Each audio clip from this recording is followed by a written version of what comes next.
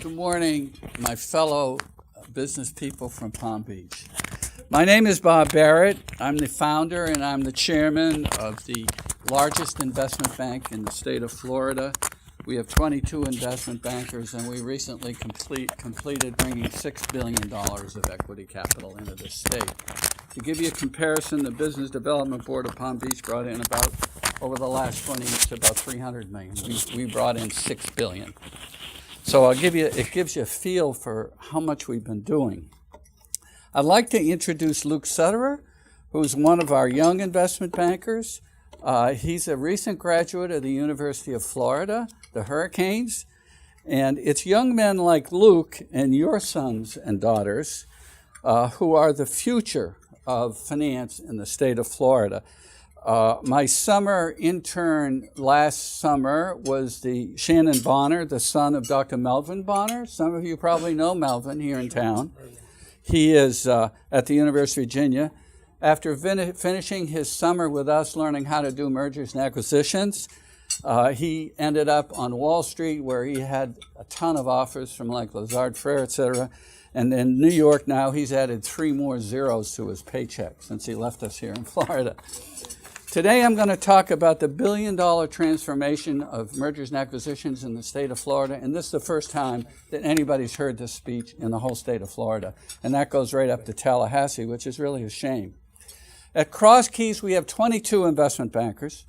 We have just closed our 88th merger and acquisition transaction, and Luke is giving you some copies of like 65 of our recent transactions.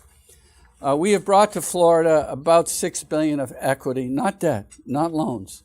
And equity is the jet fuel of business development all over the world. Our firm has led the charge of changing mergers and acquisitions in this state, which I'm going to explain to you. So when you leave this room, you're going to know more about mergers and acquisitions than anybody in the rest of the state of Florida. And I promise you that's the truth. If I have any time left, I'm going to talk about, and I didn't win a Nobel Prize and don't have a 150-page report, but I'm going to talk to you about my 10 years as a senior investment banker to Margaret Thatcher in London, and how through the big bang privatizations of the 80s in England, we turned around the economy of Great Britain, which was almost bankrupt in 1980 when I got started over there. At that time, we raised $34 billion worth of equity capital by privatizing 50 British companies, one of which is this company right here, and this is from the deal I did in 1985, and yes, I did take the Concorde public. The name of the company was called British Airways, and it was owned by the British government, unfortunately, but we straightened that out. My goal today is to help you make a lot of money and explain how we do M&A today, which as opposed to the old days in Florida. Everything has changed. First, what is or are mergers and acquisitions? M&A is the sale or merger of companies with other similar strategic companies or major investors like private equity groups for the purpose of taking a profit on your company's success or to strengthen your company with an injection of equity capital. What is equity capital? Equity capital is the solid gold 14-karat capital of the world. It's not loans from your local commercial bank. You don't pay any interest on equity capital. And as a reminder, you don't get equity capital from your local bank or even your New York bank. You get equity capital from one place, me, an investment banker. We're the guys who bring the equity capital to our country and other countries. Now, what's exciting about mergers and acquisitions? What's exciting? Number one, it's the fastest way to grow business wealth in our locality. There's hardly any of it done here in Palm Beach.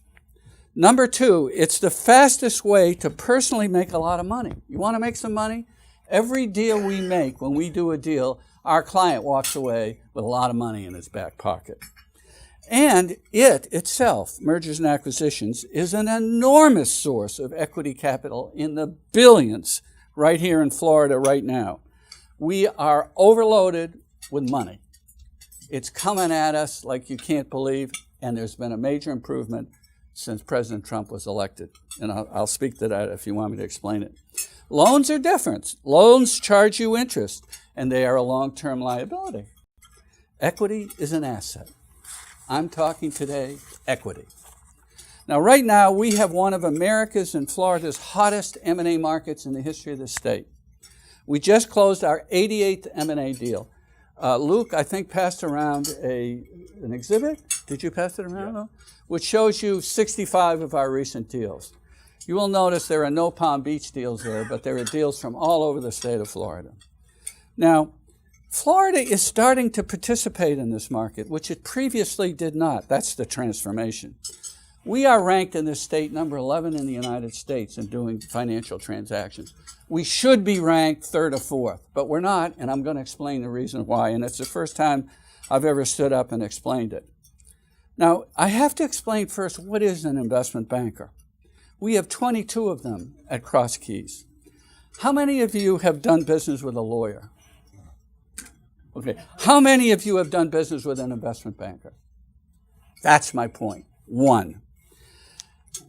Not surprising, because there are so few of you, because in 2002, when we started Cross Keys in Fort Lauderdale, there were no investment banks in the state. Amazing, isn't it? There still are hundreds of guys walking around saying they're investment bankers, like this gentleman over here. But actually, there aren't any investment bankers in Palm Beach practicing. There's some retired guys who I know from the old days on Wall Street. And there's only one investment bank in Palm Beach, and you're looking at it. I opened the branch office here about a year and a half ago. Now, the first question I'm asked in Florida is, what stocks are you recommending today? Investment bankers do not sell stocks. You got that? Except in Palm Beach. There is no such thing as an investment banking stockbroker. There is no such thing as an investment banker business consultant. There is no such thing as an investment banker hedge fund. There is no investment banker mortgage broker. There is no real estate investment banker. There are no mutual fund investment bankers. And there are no wealth manager investment bankers. And even the guys at Goldman Sachs here, who are good friends of mine, will admit that. There are no commercial bankers who are investment bankers. Again, what is an investment banker and what does he or she do? And yes, we have women now. When I started, we didn't have any. I've been in this business 46 years, by the way, since I got out of Harvard Business School. As investment bankers, number one, we underwrite. That is, we purchase with our own money, equity or stocks and bonds, which we design, we file it with the Securities and Exchange Commission, and after we price it, we own it. We go at risk, which stockbrokers don't do. We own the securities, and then we sell the stocks or bonds through global syndicates of stock or bond brokers. The key word is that we buy, we underwrite, we go at risk, which the other guys don't do. Second, we do mergers and acquisitions, which I'm here to talk to you about. And third, we are the financial architects for companies like my clients, like General Motors or small Florida companies, also governments. I have been investment banker to 17 governments in the world, and it's on my biography there, all the governments that I have been a senior advisor on. As you say, when you've been doing it 46 years, it's not hard to have taken care of 17 governments. Your stockbroker or your wealth manager is incorrect if he or she tells you that he's an investment banker, he's going to advise you on how to do a deal. They're not investment bankers, okay? They don't talk to the private equity groups like this gentleman over here who has the source of money. They're not paid to talk to the investors, okay? Got that? That's a key point. Now, our hiring requirements for investment bankers are quite different. Most of us investment bankers are MBAs. I'm an MBA from Harvard. Lawyers, I am a lawyer from Columbia University, and I'm a member of the New York Bar, or CPAs. The other people don't need all those things. In Florida, there's a total scarcity of investment bankers and investment bankers.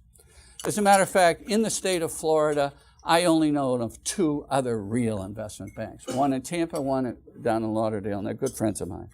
Now, by the way, this is a part of my speech that gets boring, and I just want to warn you. Just a little boring, because I'm going to teach you how to do it, okay? I'm going to teach you the modern way of doing mergers and acquisitions.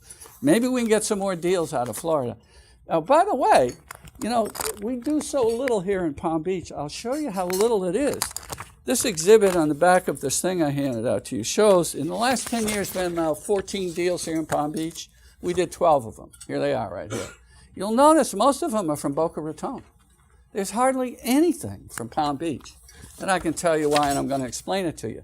But we did just do a $100 million deal in Boynton Beach in the medical field.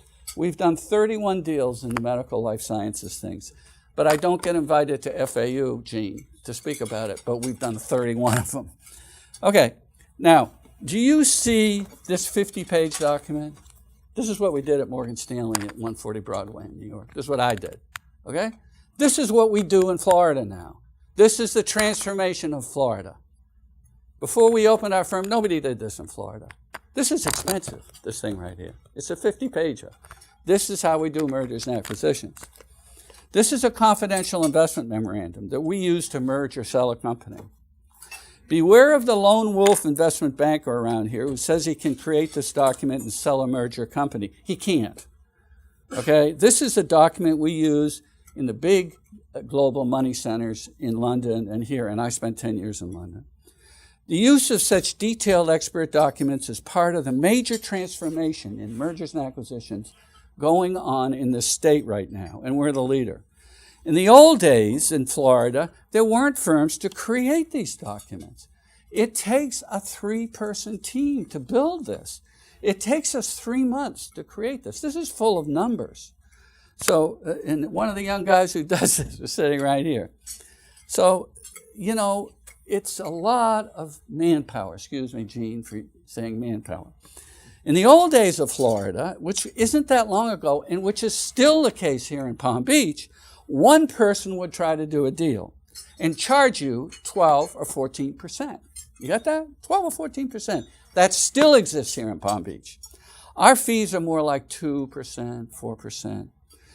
Or if it's a very large deal, like $100 million, it might be 1% to 2%. This is a major transformation in Florida going on right now, and we're doing it. We have on the runway right now 40 deals that we have to do at our firm. And we just completed 88. We're going to close our 89. We just closed a deal in London last week. We just closed a deal in San Francisco last week. The deals we're doing out of Florida, we're doing all over the world now. That's a major transformation in M&A in the state of Florida, certainly here in Palm Beach. Also, today, it takes a lot longer to do an M&A deal than the old days.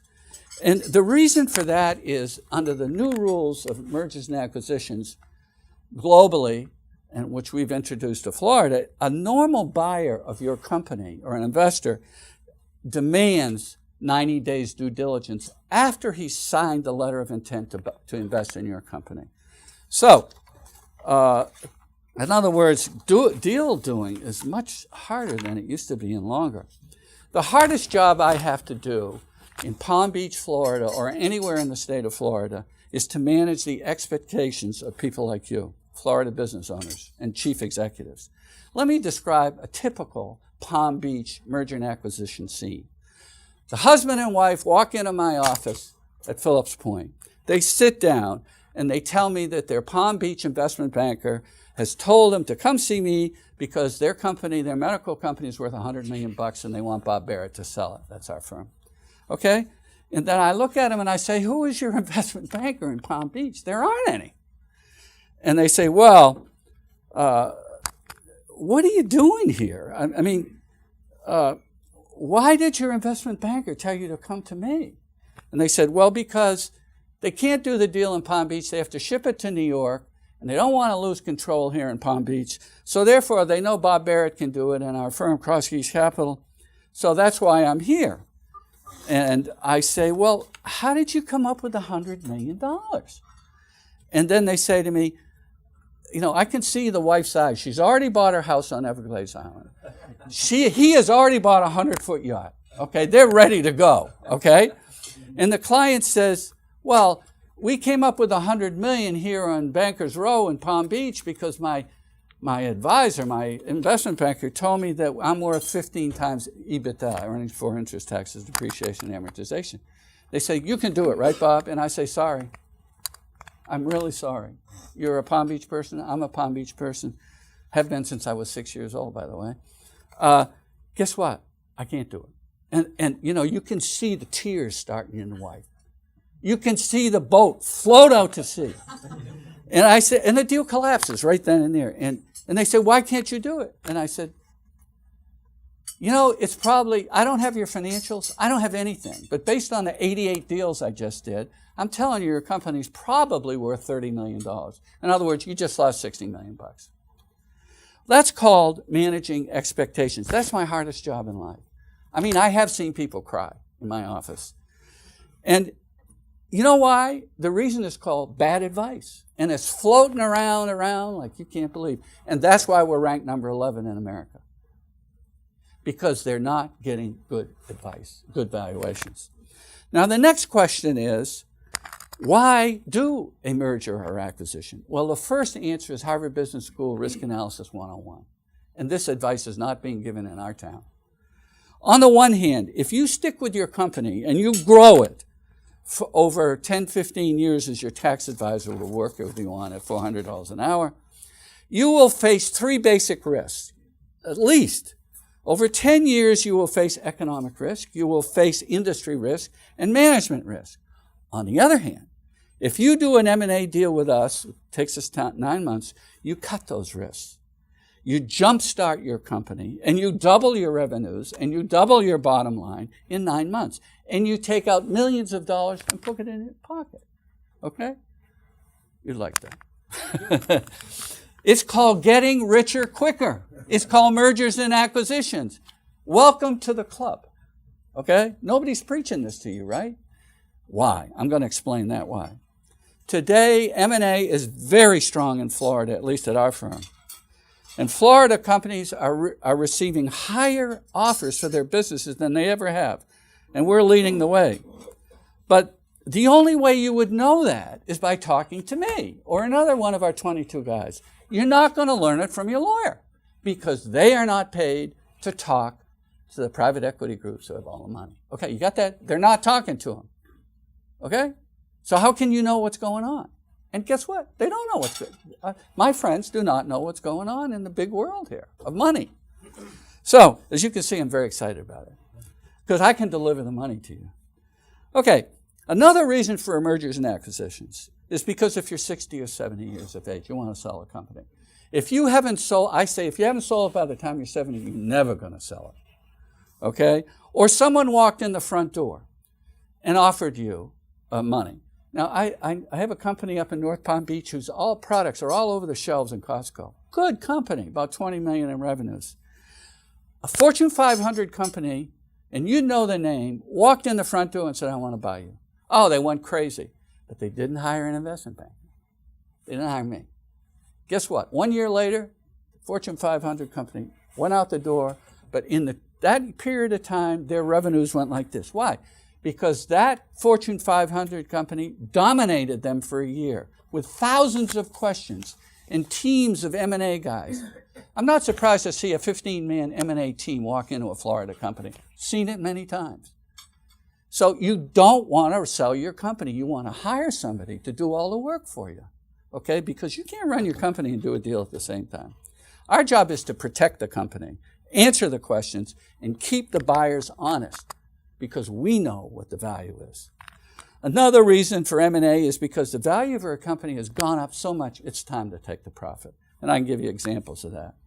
Or you want to leapfrog your competition. You want to bring in some equity and get stronger and better than your competitor. You can do that with mergers and acquisitions.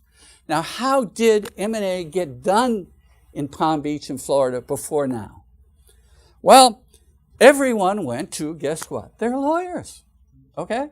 Now, by the way, I am a lawyer. I'm a graduate of Columbia Law School. I'm a member of the New York Bar, okay? I'm not anti-lawyer. But guess what? Those lawyers would tell all the Florida people to go pay $25,000 to $40,000 in Houston or Atlanta and get a valuation. Well, guess what? We do the valuation. And guess what? We don't charge you for it. You know how many people have walked in my office, already spent $25,000 with Greenberg Traurig, the law firm, or with an appraiser in Miami? And guess what? I disagree with the valuation. And by the way, if you'd come in my office, it wouldn't cost you anything. And by the way, we don't need a lawyer. What do you need a lawyer for? Just tell me what you need a lawyer for. I'll explain that later. So in the old days, everything's dominated by the lawyers. And quite frankly, in this town, it's the same way. Now, in the old days, very few deals were done. And the reason is because they didn't have any investment bankers. So certainly, whatever deals were done were not done at the best prices and not with the best investors. Because it takes a lot of work to deal with investors. We cover 650 global private equity groups. And they're begging us for deals.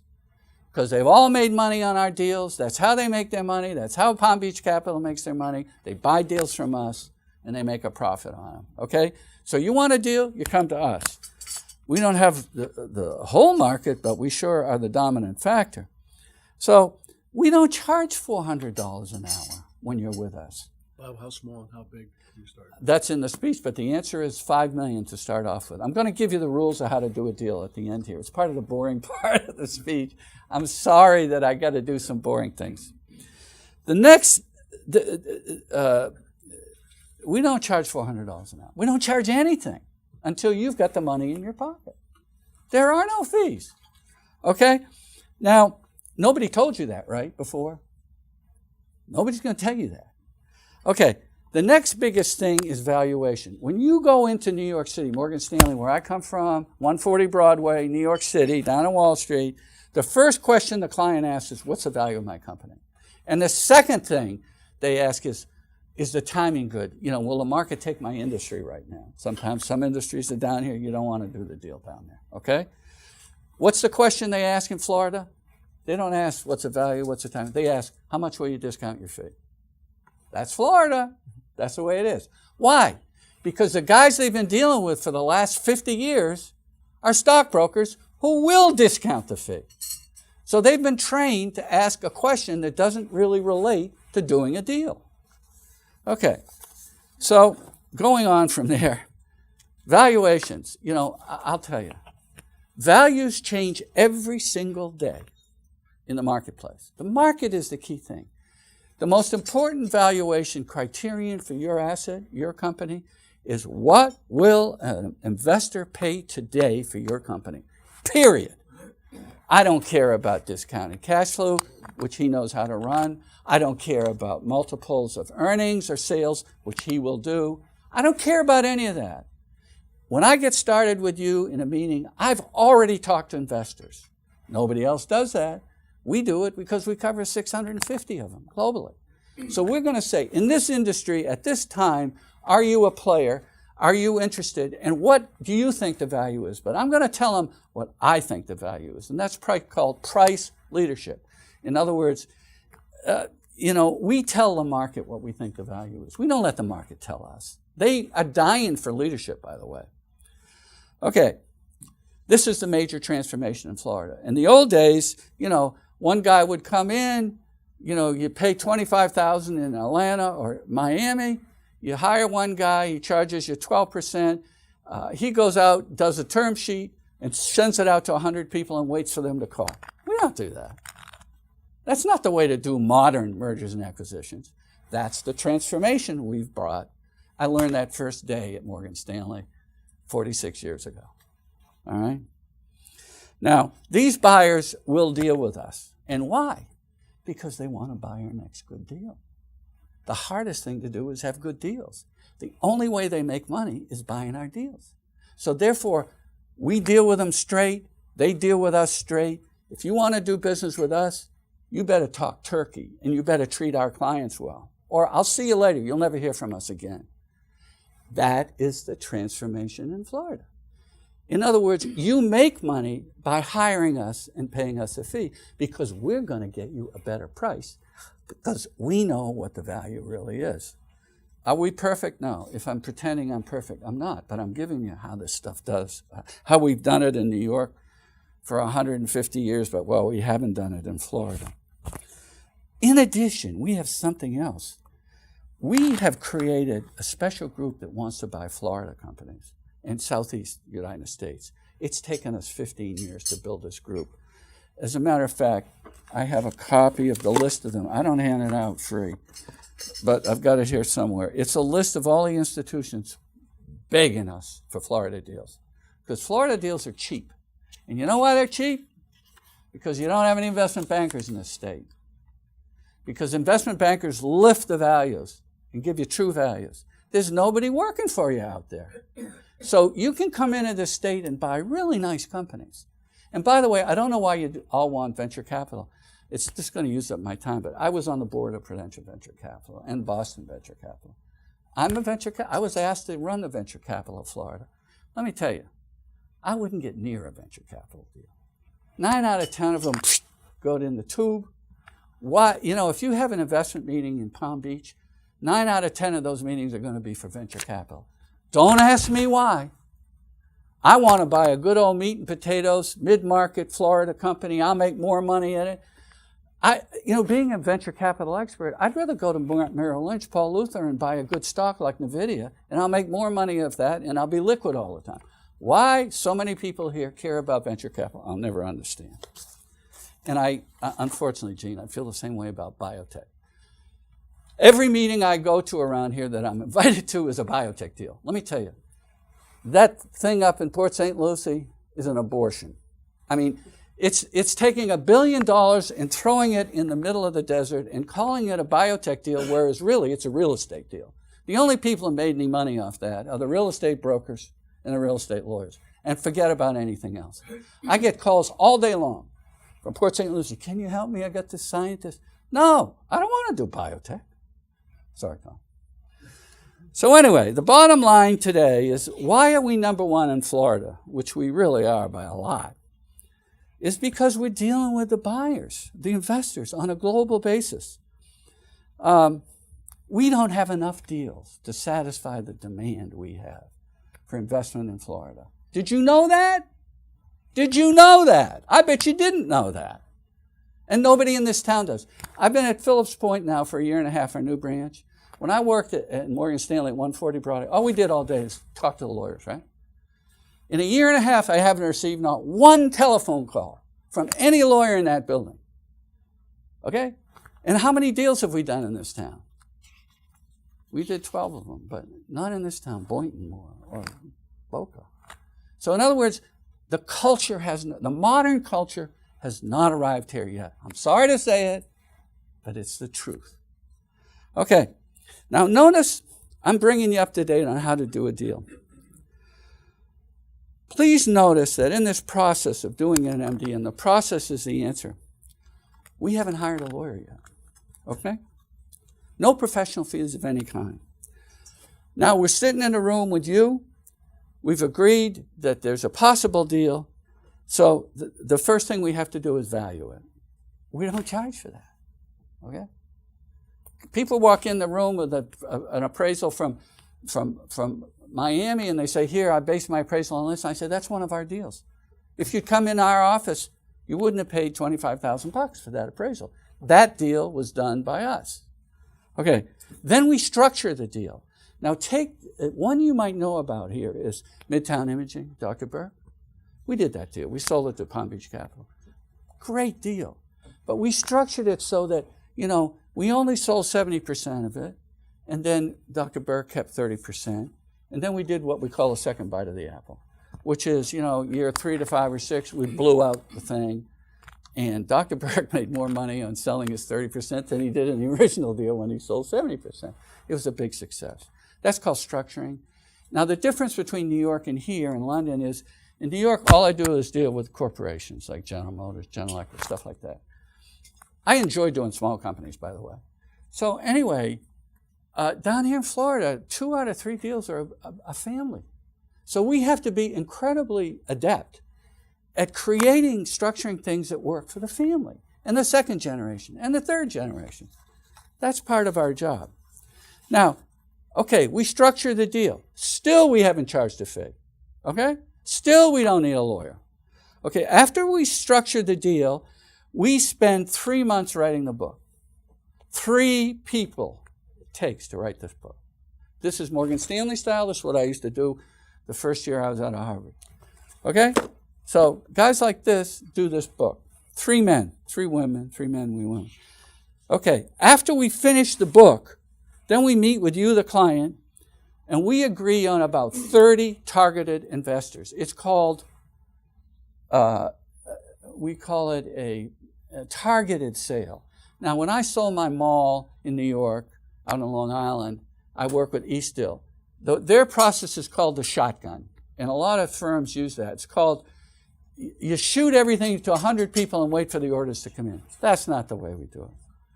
We go into the private market. We agree with the client on targets, and we usually pick two groups in the world, okay? Like in London. We just did a deal in London. We pick a company that's in the same business called a strategic investor. We go to about 15 of them. Usually the client has some pretty good ideas about who that might be. Better than us frequently. And then we also go to Goldman Sachs Private Investors. We're very close to them. The deal we did in Boynton, we sold to Goldman Sachs Private Investors in New York, $100 million. In Boynton Beach, can you believe it? A medical deal. Okay, we've done 31 of them. So anyway, we go to them. Now they want different numbers. Their numbers, we don't use generally accepted accounting principle. We use what Goldman wants to see, or any other private investment. It's different from what we get. And also our young guys, like right here, Luke, in Florida, most everybody uses QuickBooks, okay? Our young men have to know how to speak fluent QuickBooks. I mean, they're going to tear apart QuickBooks. And we're going to redo all the numbers. And it takes us a long time to do that. There you go. And we don't charge for that, okay? So, and also your one man, your lone wolf investment banker usually doesn't speak fluent QuickBooks, okay? So still, we're up to the point where we have met with the company, we've talked with the investors in the real world, we've structured the deal, we valued the deal, including premiums and discounts, which is artistry. We still haven't hired a lawyer. Okay, the next thing we do is we get agreement with the client. We're going out to the market, the private market. Just before that, we say it's time to pick a lawyer. You know how much money you've saved? I just saved you $25,000 to $45,000 bucks. That's the standard in Florida. Okay? So tell your friends, will you? Because, there's not a lot of them here today. And nobody's told them this stuff here in this town. Okay. Now, what I'm asking you to do is don't hire your divorce lawyer. You know what I mean? Don't hire your golf partner. Don't hire your golf partner from Kiowa, which we see happen all the time. And they use Carolina law, not Florida law. We have saved you money. We need an expert, and expert M&A attorneys are going to save you money because they know what they're doing. Secondly, we have negotiated up and down this state with the leading law firms, and they were charging our clients $400,000 to $1 million. In Miami, I've had a number of $1 million legal fees. Okay? I've paid 88 legal fees. 88 legal fees I've paid. Not one in Palm Beach. Okay? So we do that. We meet with the lawyers and we start putting the deal together. Now we're ready to go to the market. We've already spent 3 months, okay? Stage 2, another 3 months. We hit 30 investors out there. We give them 3 months to respond with a letter of intent. At the end of 3 months, you got to give us an answer. Or we replace them if they drop out early. That's a lot of work, believe me. We send out 30 of these, okay, after they sign a non-disclosure agreement. Okay, by the way, the local lawyers negotiate non-disclosure agreements. And in 46 years, I've never had a problem with a non-disclosure agreement. But here in Florida, they charge you for these non-disclosure agreements. I try to protect my clients, but it's not easy. Okay, all the time for the next 3 months, we are providing those investors with leadership. We're telling them what it's worth. We take all the accounting and we shoot it up into the sky. Your IT man across from me here. It's going up into the sky. All the investors don't call the company. The heat's off the company. The treasurer of the company is not answering those questions. We send them up to the sky. Come down with the questions, and they hit young guys like that or me with 1,000 questions. We're dealing with 30 investors. So, in addition, we are managing visits to the company. It's a lot of work. In the end, when we get the letter of intent after 3 months, that's very hard. Like this deal we just did in Hialeah that was bought by a San Francisco private equity group, big success. We had 8 offers for this company in Hialeah. It was only a $16 million deal, but the world wanted to buy this company. It makes all the hats for the Defense Department, okay? We had to negotiate with the Defense Department. That wasn't easy, particularly with the new administration. So anyway, the buyers don't fuss with us because they know we're valuation experts. They depend on us to tell them what the value is. Now, this is all transformational. This stuff didn't exist in the old days, in this town, in the whole state of Florida. You know, if somebody starts lowballing our clients, they can forget about seeing any more deals. You got to deal with us honestly, okay? That's an advantage of having an investment banker. Now, what is going on in Palm Beach? Well, very little. The Palm Beach market is very small. In the past 10 years, as I said, maybe 14 deals. We did 12 of them. They're in your package there. They're listed the deals. Now, Florida values also have discounts and premiums. You know, a company in the same industry, same volume of business in Atlanta would have a different value than a Florida company, almost a Xerox. The reason is we have in this state premiums and discounts. I feel most Florida companies are undervalued. I know this is boring, but I got to get this facts to you so you're an expert when you walk out of this room, okay? And you pass it on. Now, how do you do a deal? That's the question you asked. Right here in good old Palm Beach, okay? Or in the rest of the state. We've done 88 of them, so I'll tell you how we do them. The deal's got to be worth at least $5 million, which requires like an EBITDA, earnings before interest, taxes, depreciation, amortization, of at least 2.0. Okay? That's where you start. We don't want to do any startups. We don't want to do any turnarounds. Every single company we do is profitable. Okay? We don't have much. We've never been sued, for example. Okay. We do an incredible amount of medical and life sciences deal. Now, at FAU, where Gene is a lot, they never call us. And they're looking at medical life science deals all the time. They don't call us. And we did 31 deals. I went to a meeting here in town with the business development. It's all about life sciences. Guess what? I'm the only guy in the room that's done a deal. They didn't want me to talk. So, you know, it's crazy what's going on around here. Biotech and life sciences. And we're just pumping out one deal after another. Nobody talks to us. But we get the calls from Point St. Lucie, believe me. And I say, sorry, I used to do this stuff when I was younger, but I don't do it anymore. You know why? Because the gestation period, Tom, I'm sorry, of a biotech deal is 7 years or 6 years. I'm going to go bankrupt in 6 or 7 years. I don't make any money in 6 or 7 years. Can't afford to service the industry. So forget biotech. Forget venture capital. Okay, these are all major transformation points in the state. Now, another thing, don't BS me. I mean, I got a lot of local people who come to me and they say, I'm working with Goldman Sachs in New York. Well, first of all, my son's working there, so I usually know if they are or they aren't. Or maybe I can find out. But secondly, you got to realize, don't BS us experts. Goldman Sachs cannot do a deal in this town. You know, we can sell them a deal out of Boynton Beach that we create, but they have to be $1 billion and above. A team of 3 people from Goldman, including, let's say, my son, they make so much money. They can't afford to do a 5, 10, 15, $50 million, $100 million deal in this town. Can't do it. But so many people come in to me and say, I'm dealing with Goldman Sachs in New York. And I say, come on, just let's talk turkey for a second. So let's forget about that stuff. Now, you don't have to sell your whole company all at once, by the way. As I told you, that nice deal we did with Dr. Burke here in town, we did a 70-30. I will end the discussion now, and I will turn quickly, because I've got to get it done so fast, so you have a Q&A.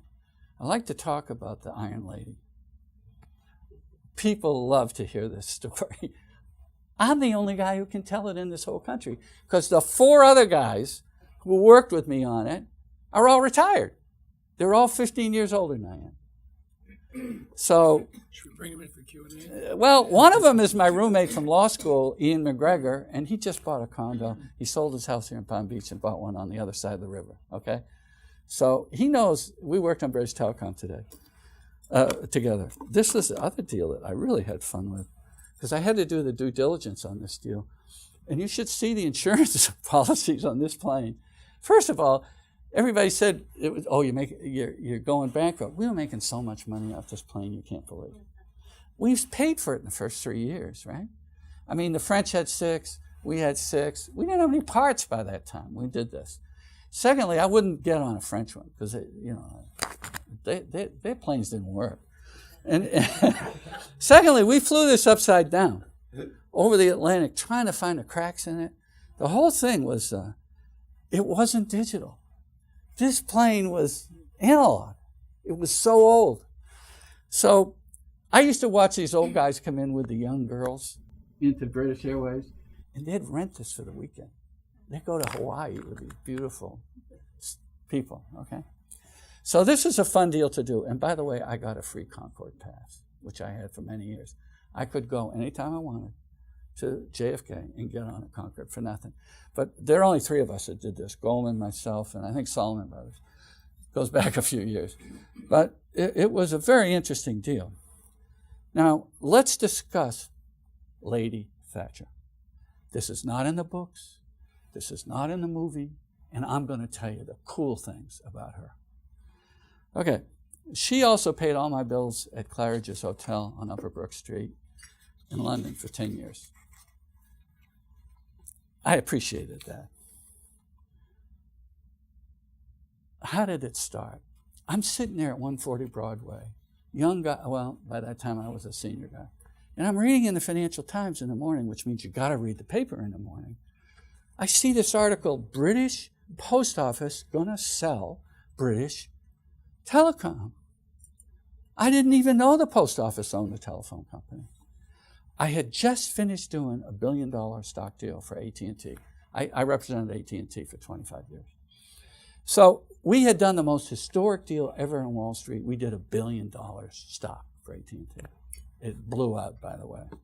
5 of us did that deal. I got a picture of it in my living room here in Florida of the deal.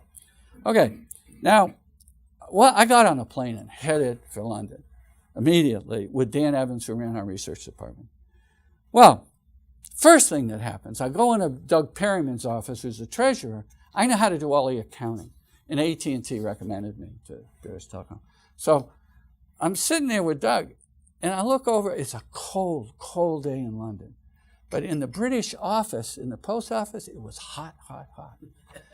Jeez, I look at my partner, Dan, and he's sound asleep in the meeting, which happened a lot with the New York crowd coming over. You had to learn early in life, you don't go from the plane to the meeting. Go to Claridge's for a day, then go to the meeting. Evans goes to sleep. I'm so embarrassed. I want this deal to be my second big telephone deal. Boom, boom, boom, right away. So the big point that I learned immediately is the first thing I learned is that Thatcher, unlike the politicians in Palm Beach, felt government shouldn't own businesses. This is an interesting comparison with what I read in the shiny sheet the other day. My wife gets it. That says that this town council, they think it'd be a good idea to own $30 million of real estate in Okeechobee. You know what Margaret Thatcher would do with that? Throw it right out the window. Government employees and government should not run businesses. And she proved it. Next, I also learned that Doug wanted to do $4 billion. I said, are you kidding me? That's 4 times the AT&T deal we just did. So I'm really getting scared. So, because we got to buy it. We're not stockbrokers. We're not consultants. We got to own that. We got to price it and buy it and then sell it. So I'm getting worried about the price. I'm getting worried about the size of the thing. So we continue on, and Doug says to me, you got to go back to New York and come back and tell me how much you'll buy. So I got to head back to Newark, to Prudential. I'm on the board of directors, And I said, I need $1 billion. And John Childs ran the capital markets division. He said, what do you want that for? I said, I want to buy X percent of the British Telecom deal. He says, okay, you got the $1 billion. Well, The next thing I learned before I had to testify before Parliament was, and I testified to the U.S. Congress too, later on Conrail and all that. Basically, I started to learn that Thatcher doesn't believe managers of businesses that were government-owned, and by the way, there were 50 of them that we attacked eventually, they were lousy managers. The reason Britain was going bankrupt, I mean, they couldn't even pay for the roses in Hyde Park when I was over there, was because the managers were lousy. They were bureaucrats. You know what Thatcher did? She fired them all. She hired the best headhunters in the world, New York and London. We hired Russ Reynolds Associates, Spencer Stewart. I worked with them all. And we replaced all the managers before we started the privatizations. The total opposite of what we do in America. Smart, smart woman. And they started to bring the earnings up immediately. Immediately they hit these companies and started to improve things. Remember Solyndra? She didn't have any cylinders. Okay? Then I learned that Thatcher, although she was a conservative, loved the common man. And what she taught me, and the other 4 guys who worked on the deal with me, is that she realized that in England, only 3% of British people own stocks in British companies. She wanted to change that. You remember George Bush, 43? You remember he said, everybody's got to own a house in America? Guess where he stole that idea from? Benjamin Franklin and Margaret Thatcher. Okay? She was pushing the idea to make the citizens of England own their own companies. So we had to create a tremendous increase in ownership of stocks in Britain. We had to do it. She couldn't do it. We had to do it. I was shocked. So I went back from Newark and I testified in Parliament, etc., with 4 other guys, one of whom was, I was from Morgan Stanley originally, my boss from Morgan, I was testifying against. I said, I'm ready to take it and give me more. And they're trying to figure out what's going on. Thatcher was, you think Trump has had problems? Everybody was against, pushback against Thatcher. Just take them one at a time. The press said she couldn't do it. The financial institutions in London and New York all were institutional firms like Morgan, etc., Goldman, and they only wanted to sell stocks to institutions, right? The pension funds, etc. Not me, because we had just done AT&T, and I know the basic common man will buy telephone stocks because we had a nice dividend, we had a nice business. So I said, I'm testifying, let's do the deal. It's going to be a success. And I'm fighting with my old boss who trained me from Morgan Stanley. So anyway, the unions were against us. They didn't want to lose control of all these British companies. We had to deal with them. We bought them off, basically, is what we did. I'll tell you how we did that. And then we had trouble with the politicians. Sound familiar? Ring a bell at all? Politicians are all against it. The reason is they controlled all that economy. They want to keep it forever. Sound familiar? So they argued that you cannot do what we're going to do and free up all these British companies because it would be a danger national security problem, like telephone company. The people own the telephone company? That's terrible. The government should own it. So we created the golden share. And what we did was the golden share we gave to the government said 1 share. But if there's a national crisis, they could vote it and outvote everybody else. So that solved that problem. There were many other problems we had to solve. All right. You see the difference between us and stockbrokers? Now do you understand what an investment banker is? Okay. The next thing that happens is she had these great ideas about what was wrong with a government-run economy, like in Venezuela right now. She thought that the employees of government companies didn't treat the public very nicely. She thought they were rude to the public. So you know what we did? In this deal, we took all the stewardesses and we sent them to charm school. I swear to God we did it. You know what else we did? We retrained the telephone operators. They were giving the public a terrible time. They'd wake them up, but they wouldn't wake them up nicely, which is different from AT&T. Another big thing, different from Obama, because the comparable deal was a General Motors deal he did. You know how he subsidized General Motors. And then he had to sell the stock. Thatcher wanted everybody who bought the stock in her deals to make money. Obama wanted to cover his butt. Obama priced the General Motors stock at 32. Within 3 days, the stock was at 21. That's called sticking it to the institutions and sticking it to the common man. Guess what? Thatcher didn't want to do that. So you know what we did? If the stock was worth $10, we priced it at $8. And guess what? Stock went out. We got about 50 more deals to do. Guess what? The public was foaming at the mouth to buy our next deal. We created success. Okay? All right. So think about the genius of this woman. You know, this is de novo. This had never been done before. Okay. So I'm fighting with my old boss from Morgan Stanley. He says, oh, we can't do it, and it's got to be a small deal. You've got to give it all to us institutions. And Thatcher says, I don't want the institutions to own this. I want the common man to own this. So we created clawback. Now, the most recent time you heard that phrase was right here in Palm Beach with Madoff. Because remember, they tried to claw back all the stuff. Well, guess what we did? If we had more demand from the public than that was unsatisfied, because you have to allocate shares when you're doing the deal. I used to do that when I was really young.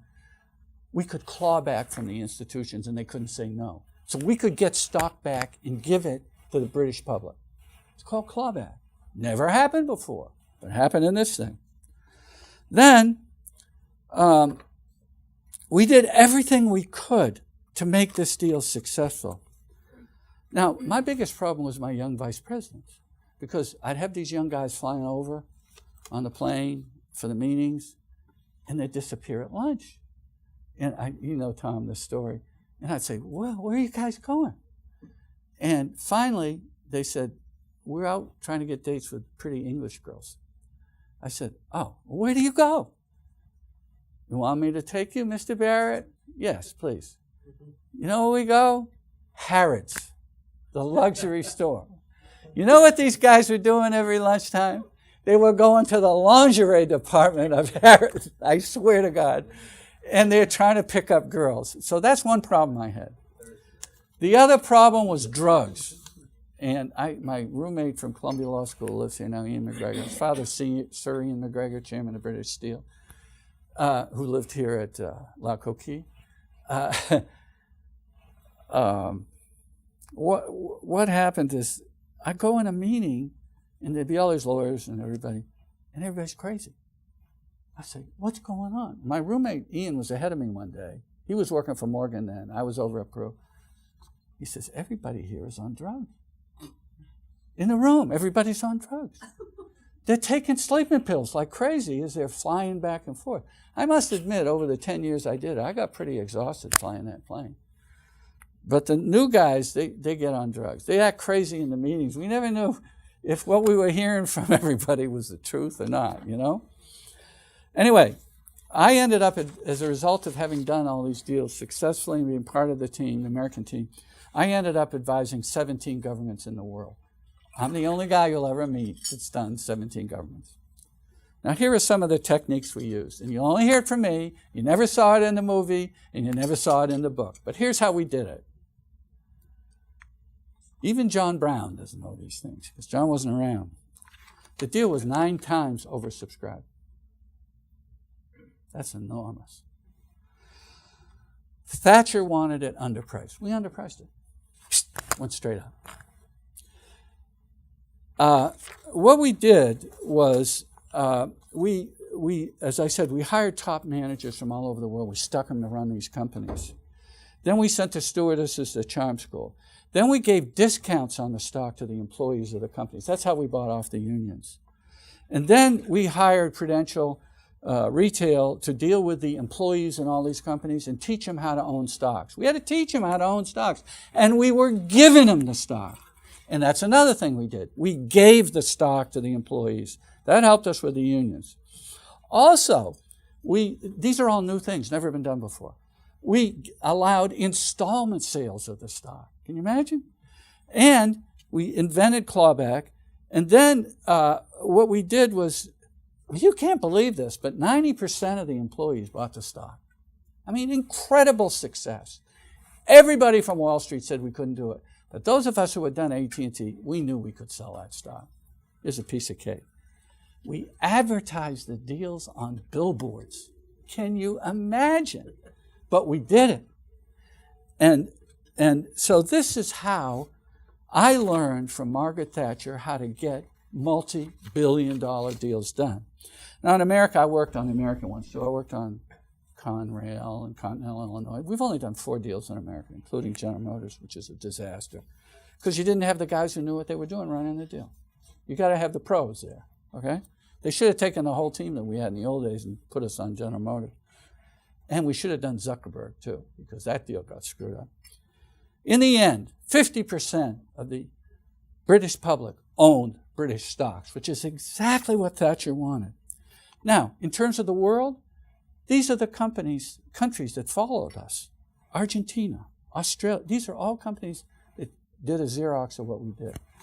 Argentina, Australia, Brazil, Canada, Chile, France, Germany, Hong Kong, Israel. I worked in Israel a lot, in Jerusalem. India, Ireland, Italy, Japan, New Zealand, etc. They all copied Margaret Thatcher. I should say Lady Margaret Thatcher.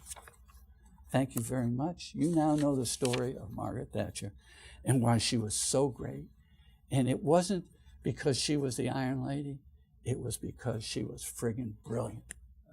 She was brilliant. She took on the world and she proved herself right. It was a great experience for me. It's the only time I've ever told the story. I've never had the opportunity to explain it to anybody, but I'm explaining it to you. And now you know the story of Margaret Thatcher. Thank you very much. I'll answer any question you have.